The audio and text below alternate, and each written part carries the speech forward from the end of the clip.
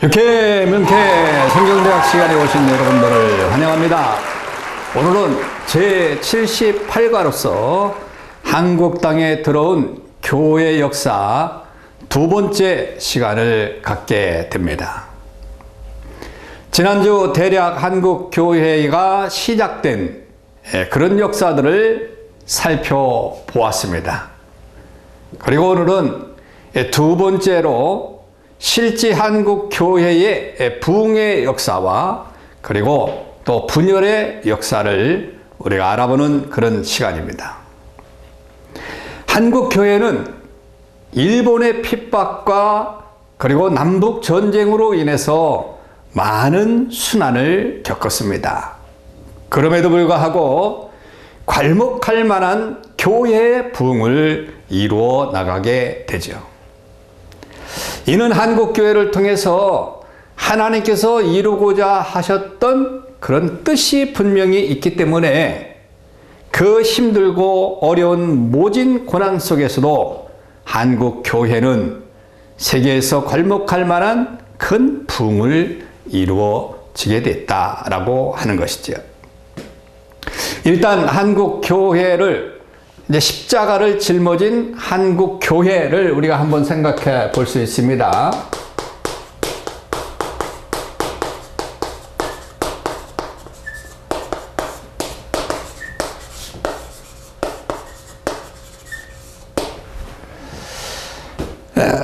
첫째로 3.1운동에 앞장선 교회.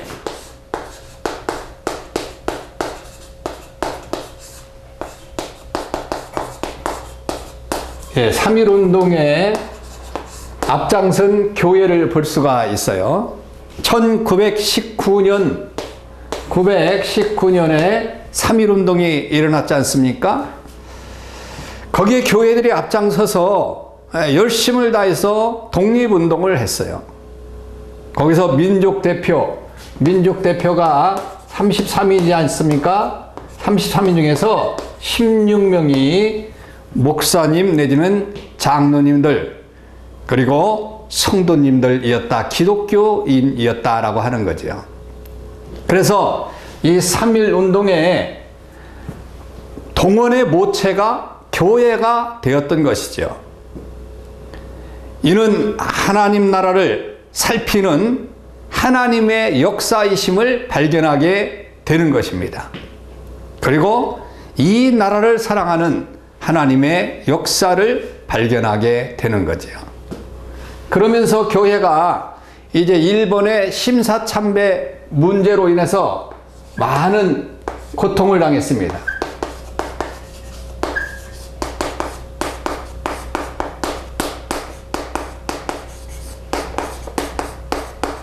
문제로 순환을 겪게 되죠. 일본은 방대한 제국주의에 꿈꾸고 그리고 정신적 통일을 꾀하기 위해서 신사참배를 이제 강요를 하게 됩니다. 우리나라 모든 사람들에게 신사참배를 강요할 뿐만 아니라 이제 교회에게도 신사참배를 강요하게 되는 거예요. 신사란 뭡니까? 일본 천황들의 그 죽은 영들 또 전사자들의 영을 모은 곳이라고 해서 그곳에 머리 숙여 절하게 한 거지요.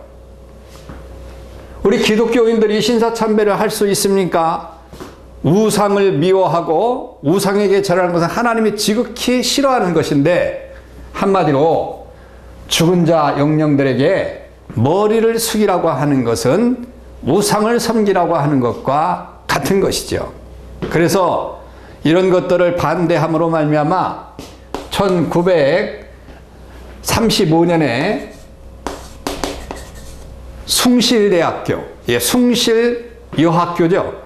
숭실여학교가 이제 숭실여학교가 신사참배 반대한 이유로 폐교가 되고 말았습니다. 그리고 이제 1938년에 대한예수교 장로회 조선총회 27회에서 그때 총회장이 홍택기 목사였었는데 신사참배는 종교가 아니라 국민의식이라 해서 신사참배를 결의를 했단 말이죠.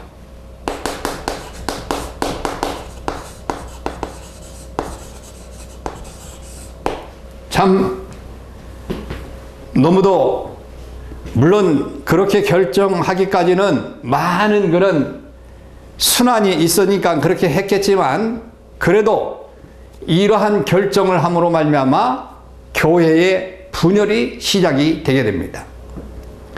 신사참배 이후로 이 갈등을 지나다가 1959년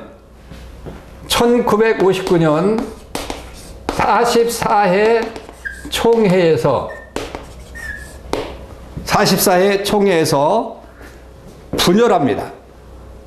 장로교가 통합과 합동으로 분열을 하게 되죠. 그래서 지금 통합과 합동으로 나누어지게 됩니다. 이런 아픔을 겪게 되는 거죠. 그리고 세 번째는 해방된 민족과 공산당의 박해가 있게 됩니다.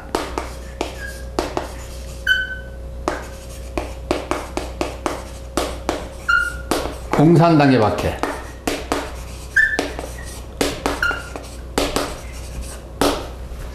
공산당의 박해도 일본의 박해만큼 힘들고 어려운 것이었어요. 1945년 8월 15일에 민족의 해방의 종소리가 울려 퍼졌습니다. 온 결해가 눈물을 흘리면서 애국가를 목이 터지도록 부르고 독립만세를 목이 터지도록 그렇게 불렀어요. 그런데 뜻하지 않게 1950년에 남북전쟁이 일어나게 됩니다. 민족의 비극이 일어나게 되는 거죠. 북한의 남침으로 남북전쟁이 일어나고 3년간의 전쟁으로 나라가 폐허가 되어버렸습니다. 이 전쟁 중에도 교회들은 많은 핍박을 받았고 결국 외세에 의해서 38선이 그어져서 이북에 있는 교회는 공산당들에게 넘어가서 이제 순환을 겪으면서 결국 교회들이 전부 다 무너지고 말았어요. 그야말로 한국교회는 수많은 그런 순환을 당하게 됩니다. 그러면서 이제 해방이 된 이후에 해방 이후 한국교회에 분열이 일어나게 됩니다. 이 시작은 신사참배부터 시작이 된 거예요. 먼저 장로교회가 분열이 됩니다. 장로교회의 분열. 장로교회의 분열의 시작은 이미 예견되어 있었습니다. 신사참배 문제로 통합과 합동이 나누어졌던 그런 것들을 볼 수가 있는데 이 분열, 장로교의 분열은 이기선, 주기철, 한상동 목사 등은 옥중에서 해방을 기대하면서 교회 재건을 위해서 다음같이 몇 가지를 구상을 하게 되는데 그 첫째로 수도원을 설립해서 일제의 탄압에서 신앙 양심을 더럽힌 교역자들을 수양을 해야 된다. 그래서 첫째로 수도원 설립. 수도원 설립을 왜 한다고 그랬어요? 신사참배하는 자들을 이제 교육을 시켜서 수양을 시켜서 회개할 수 있도록 하기 위해서. 그리고 두 번째는 폐쇄된 신학교 재건.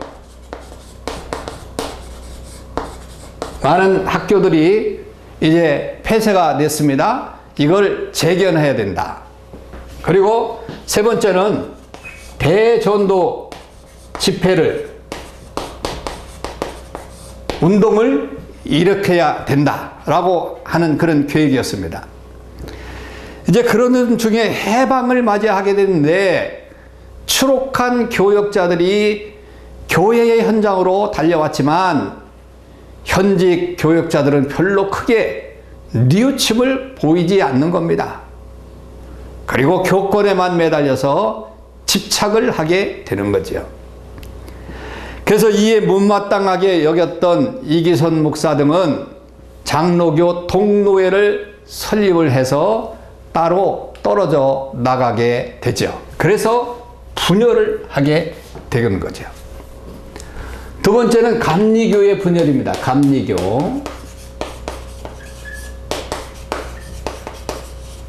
감리교의 분열. 감리교의 분열은 경건이나 신학의 문제가 아니라 인사와 정치 문제, 다시 말하면 교권 문제 때문에 발생을 하게 되는 거죠. 일본의 감정기에 교권을 잡고 있던 교역자들과 강단에서 쫓겨난 그런 교역자들의 관계가 심각한 그런 대립 관계로 발전하면서 실제적인 감리교가 분열이 일어나게 됐던 거지요. 그래서 장로회나 감리교의 분열의 시작은 신사참배의 그 시작이 있었다라고 하는 것입니다. 그리고 이제 해방이 난 이후에 우리 한국교회는 재도전을 하게 됩니다. 해방 이후 재도전. 우리 한국교회는 재도전을 하게 되는데 이제 해방 후에 들어온 기관들이 많이 있어요. 많은 기관들이 있습니다. 기관들이 있는데 1950년에는 침례회가 정식으로 발족이 되고 그리고 1953년에는 선명회가 들어왔습니다. 그리고 1954년에는 그리스도 교회가 들어왔어요. 그리고 1947년에 나사렛 교회가 들어와서 힘차게 이제 선교를 시작을 하게 되는 거죠. 그리고 구라파 선교회, 또 적십사 운동 등등 여러 기관도 교회 부흥의 한 몫을 차지하게 됐다라고 하는 것입니다. 두 번째는 대형 전도 집회가 일어났어요.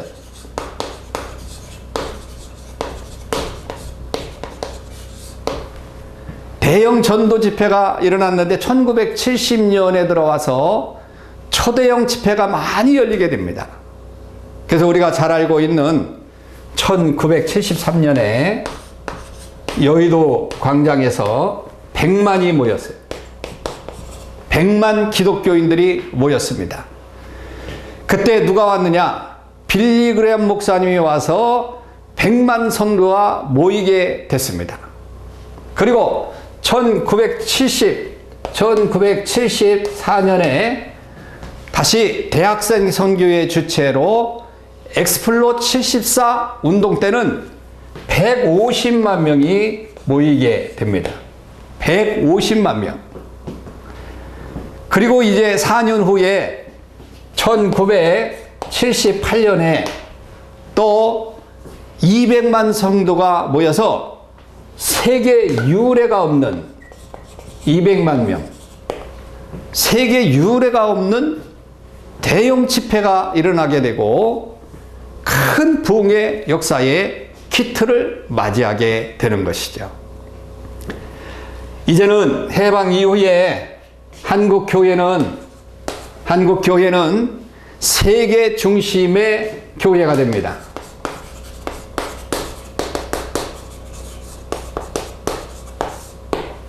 그래서 세계 10대 대형 교회 중에서 우리나라가 지금 7개를 가지고 있다고 하는 거예요. 이거만큼 큰 부흥을 이뤘습니다. 선교 2세기를 맞은 한국 교회는 이제 세계 선교에 앞장서고 있다라고 하는 거죠.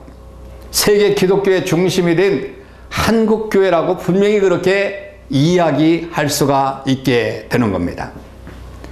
그래서 해방 이후에 큰 부흥이 일어났습니다. 한국 교회는 또 막대한 사명을 가지고 세계 선교의 중추적인 역할을 감당하고 있다라고 하는 거지요.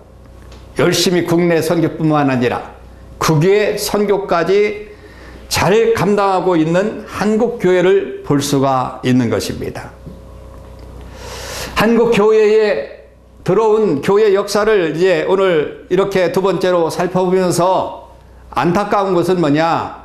지금 한국 교회가 위기를 맞이하고 있다라고 하는 것입니다. 코로나19로 인해서 예배는 많은 예배들이 폐쇄가 되었고, 코로나 이전에도 한국 교회는 서양화가 되면서 점점 침체되는 것을 볼 수가 있는 것이죠. 그래서 오늘 이 한국 교회의 역사를 두 번째 시간까지 우리가 공부를 하면서 깨달은 것은 뭐냐? 이제부터라도 우리가 믿음을 잘 지키고 서구화되는 것이 아니라 이 한국 교회의 부흥의 역사를 다시 한번 찾기 위해서 최선을 다하는 저와 여러분들이 되셔야 될 줄로 믿습니다.